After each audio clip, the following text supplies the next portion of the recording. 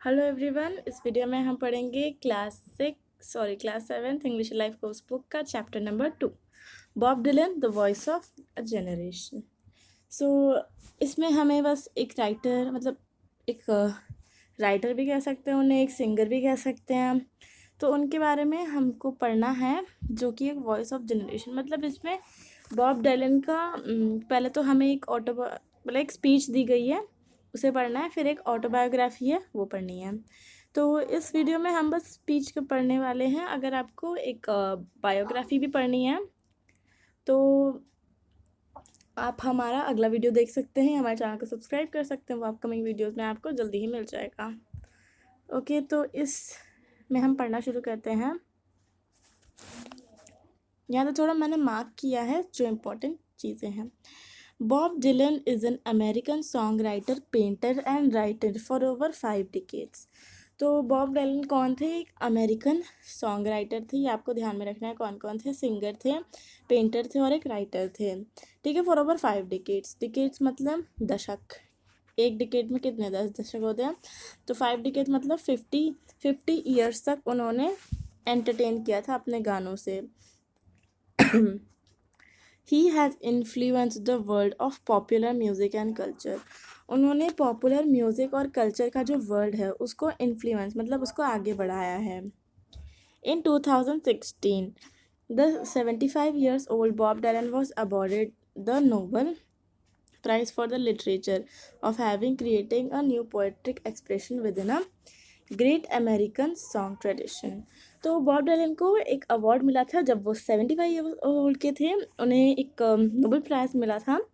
वो Nobel prize उन्हें इसलिए मिला था क्योंकि उन्होंने बहुत अच्छा म्यूज़िक बनाया था।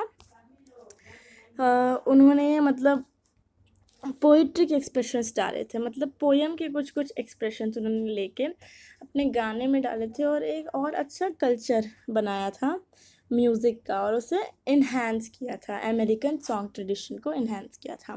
ठीक है, Bob Dylan did not go in person to attend the ceremony due to some prior commitments। तो ये क्यों हुआ? देखिए, अगर आपको कोई अवार्ड मिल रहा है तो आप तो सबसे पहले ही जाएंगे ना उसे लेने, पर बॉब डिलन नहीं गए। बॉब डिलन को नोबेल प्राइज़ मिल रहा था। It is the biggest prize, बहुत बड़ा प्राइज़ होता है Nobel prize. But then also वो इन पर्सन का मतलब होता है फिज़िकली, वो वहाँ नहीं थे, वो गए नहीं। उनके कुछ कमिटमेंट्स थे, उनके कुछ प्राइवेट कमिटमेंट्स थे जिनकी वजह से वो नहीं गए। His banquet speech was given by United States ambassador to Sweden Azita Raji. तो किसने दी थी उनकी जो उन्होंने स्पीच तो एक पेपर में लिख के भेज दी थी अपनी, और वो स्पीच बोली किसने थे? जो यूनाइटेड स्टेट्स के एम्बेसडर थे, जो स्वीडन से आए थे, अजीता राजी, उन्होंने बोली थी। ठीक है, बैंकेट होता है कि बहुत ही अच्छा डिनर हो रहा है, बहुत बड़े बड़े लोगों के साथ बैठ के आपको प्राइज़ दिया जा रहा है, तो ये सब है।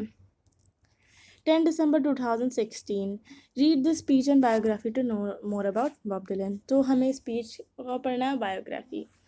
ठीक है, तो सबसे पहले स्पीच ही पढ़ेंगे, बैंकेट स्पीच। तो बैंकेट क्या होता है? बैंकेट होता है एक बड़ा सा डिनर अरेंज किया जाता है, फॉर्मल डिनर बड़े बड़े लोगों के साथ। ठीक है, टू हॉनर समवन, किसी को रिस्पेक्ट देने के लिए। ठीक है, गुड इवनिंग एवरीवन, स्पीच शुरू हो रही है। Good evening everyone, I extend my warmest greetings to the member of Swedish Academy and to all of the other distinguished guests in the attendance tonight। तो पहले तो वो सबको गुड इवनिंग कहते हैं, और वो बोलते हैं कि मैं आपको बहुत ज़्यादा शुभकामनाएं, ग्रीटिंग्स देता हूँ सभी लोगों को, स्वीडिश एकेडमी के मेंबर्स को और बाकी सब लोगों को जो डिस्टिंग्विश्ड हैं। डिस्टिंग्विश्ड आउटस्टैंडिंग है, बहुत अच्छे हैं, बहुत फेमस हैं। बहुत गेस्ट, जो भी फेमस गेस्ट आए हैं, अच्छे गेस्ट आए हैं अटेंडेंस में, उस दिन आए हैं किसमें? बैंकेट स्पीच, बैंकेट के दिन। फिर वो बोलते हैं आई एम सॉरी, मैं सॉरी बोलता हूँ क्योंकि मैं फिज़िकली पर्सन में नहीं आ पाया वहाँ पे, but I am most definitely with you in the spirit and honour to be receiving such a prestigious prize. तो वो बोलता है कि भले ही मैं आपसे माफ़ी मांगता हूँ कि मैं आपके साथ ऐसे फिज़िकली नहीं मिल पाया आदमियों की तरह, मतलब जो फिज़िकली आप मिल लेते हैं। पर फिर आप मुझे अपने पास मतलब स्पिरिट में समझिए। भले ही मैं फिज़िकली नहीं हूँ, बट स्पिरिट में आप मुझे अपने पास समझ सकते हैं। और वो जो बॉब डायलन थे, ठीक है, उन्हें बहुत ही अच्छा प्राइज़ मिल रहा था। क्यों? क्योंकि उन्होंने बहुत अच्छे मतलब म्यूज़िक्स बनाए थे, ठीक है, तो उसके लिए उन्हें प्राइज़ मिल रहा था। और वो कैसा प्राइज़ है? बहुत प्रेस्टीजियस प्राइज़ है। प्रेस्टीजियस मतलब होता है कि अगर आपको प्राइज़ मिल गया तो आपकी जो इज़्ज़त है, आपकी जो रेपुटेशन है, वो बहुत बढ़ जाएगी। तो बीइंग अवॉर्डेड, ठीक है,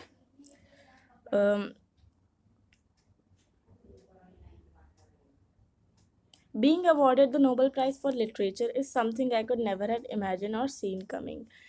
मुझे नोबेल प्राइज़ मिलते हुए मैंने कभी सोचा नहीं था कि मुझे मिलेगा या फिर मुझे मिलने वाला भी हो सकता है। उन्होंने ऐसा बोला।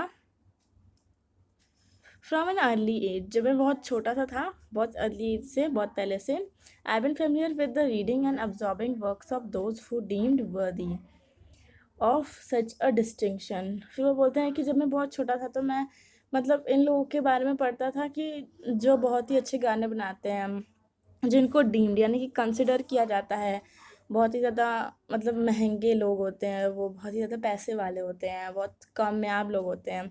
जैसे उन्होंने नाम लिया है किपलिंग शॉल, ठीक है, थॉमस मैन, पेरल बक, एल्बर्ट कैमस, हेमिंगवे, ये सारे बहुत फेमस लोग हैं, ठीक है।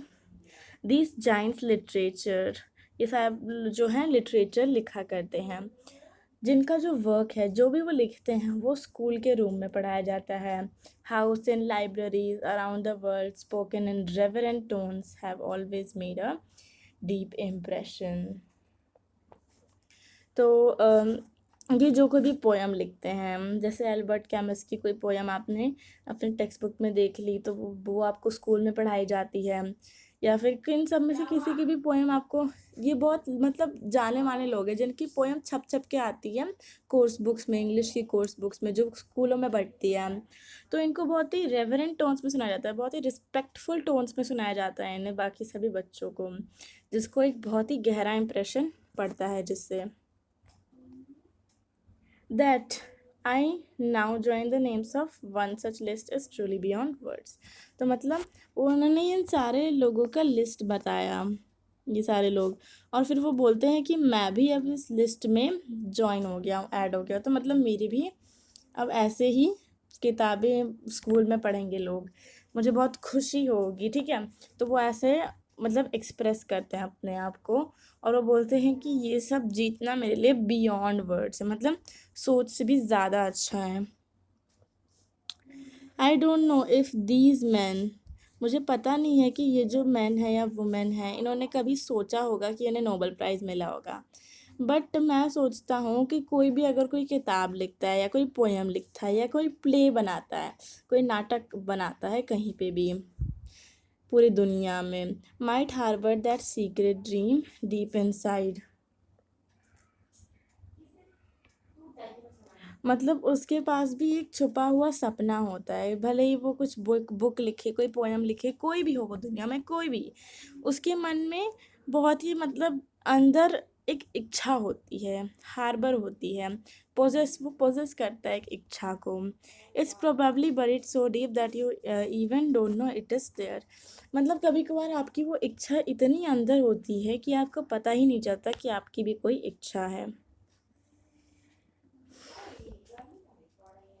If someone have ever told me that I had the slightest chance of winning a Nobel prize, अगर कोई मुझे कभी बोलता है कि मेरे पास कभी छोटा सा भी चांस है कि मैं नोबेल प्राइज़ जीतूँ, तो मैंने सोचा कि I have about the same odds as standing on the moon.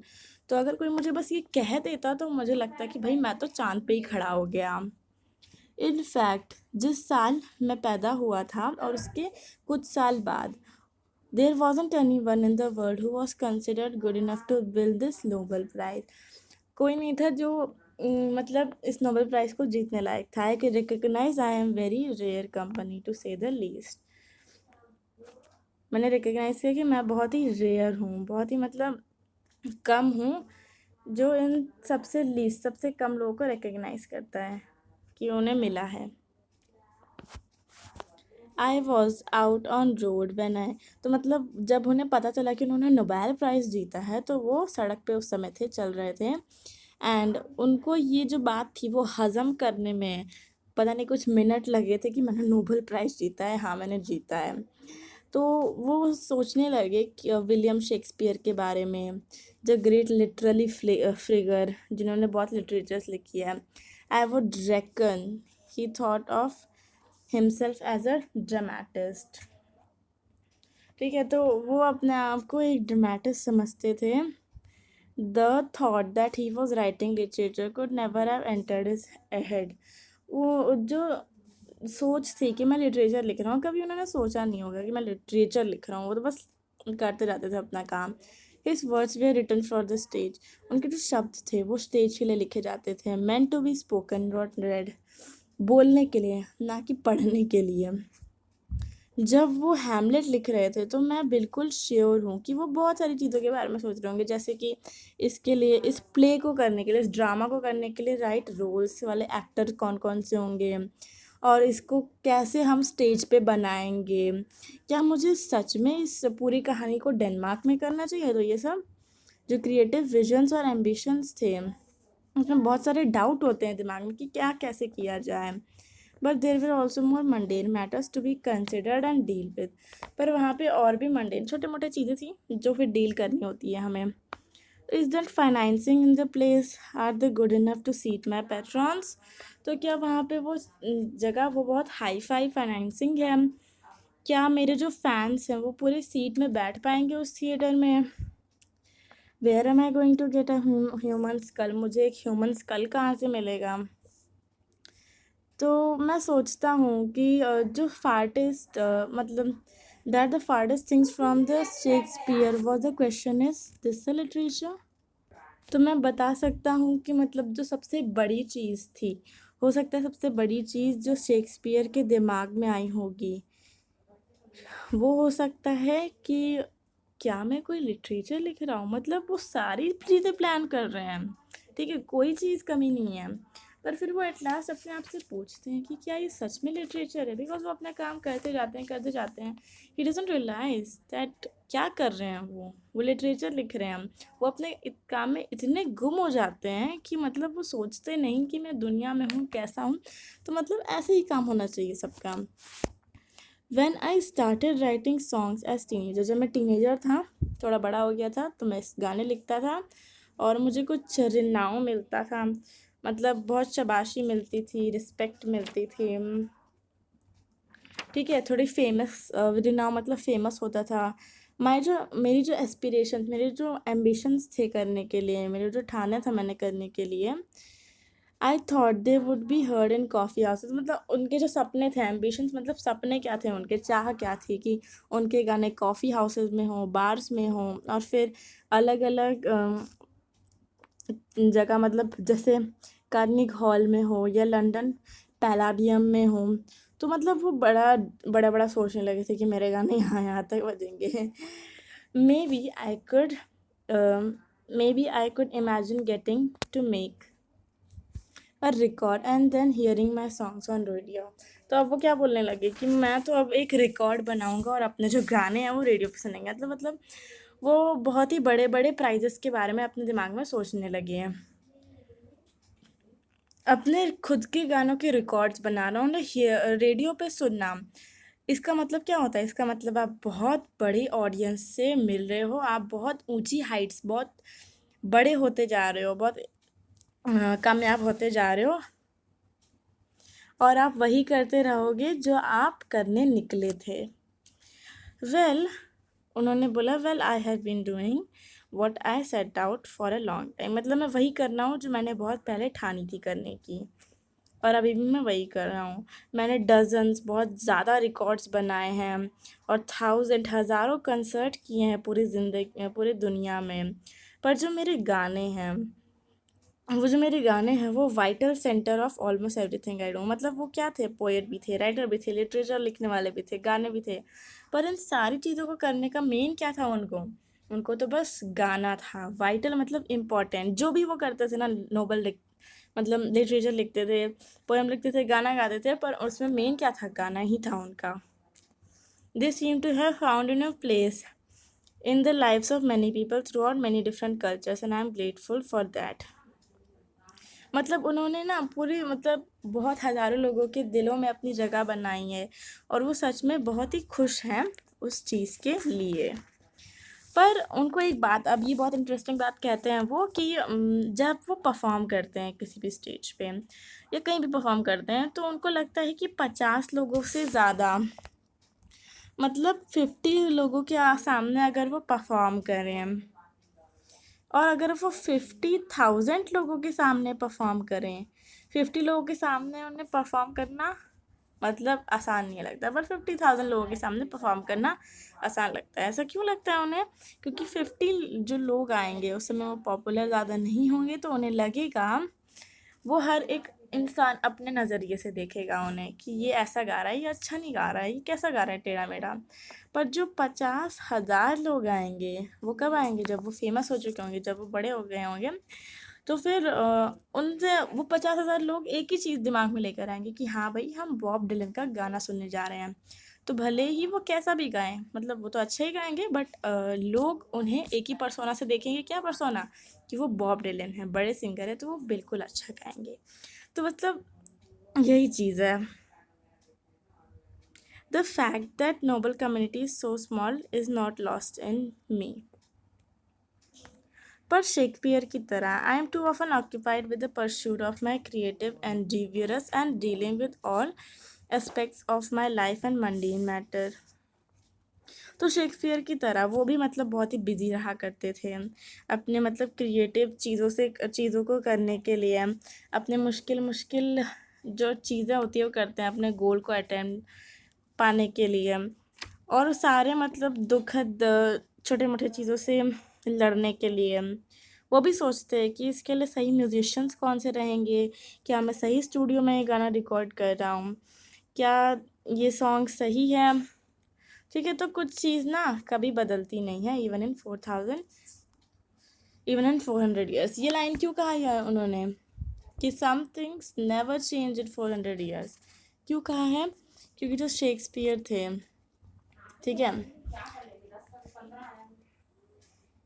जो शेक्सपियर थे वो भी तो यही सोचा करते थे ना कि ये राइट है या नहीं है, क्या मैं लिटरेचर लिख रहा हूँ। और जो बॉब डिलन है वो भी यही से सोच रहे हैं, है ना। तो दोनों का सेम ही है।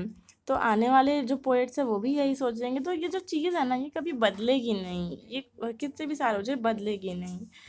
Not once I have ever time to ask myself, मतलब उनके पास कभी टाइम ही नहीं होता था कि वो अपने आप से ये पूछे कि क्या मैं कोई लिटरेचर लिख रहा हूँ, क्या मेरे गाने कोई लिटरेचर हैं। So, I do thanks the Swedish Academy for both the taking time to consider that very question and ultimately providing such a wonderful answer। तो फिर वो बोलते हैं कि स्वीडिश अकेडमी को वो थैंक बोलते हैं कि थोड़ा सा समय निकालने के लिए और इस क्वेश्चन का अल्टीमेट आंसर देने के लिए, एक अच्छा आंसर देने के लिए। वो आंसर क्या है? अवार्ड। कौन सा अवार्ड? Nobel prize. ठीक है। My best wishes to you all, Bob Dylan. So हमारा ये स्पीच हो चुका है, और हमारा जो अगला वीडियो आएगा जिस पे बायोग्राफी लिखेंगे, बायोग्राफी के जाने में पढ़ेंगे उसे, तो उसके लिए आप ज़रूर हमारा चैनल सब्सक्राइब करिए और अपने फ्रेंड्स के साथ ज़रूर शेयर करिए।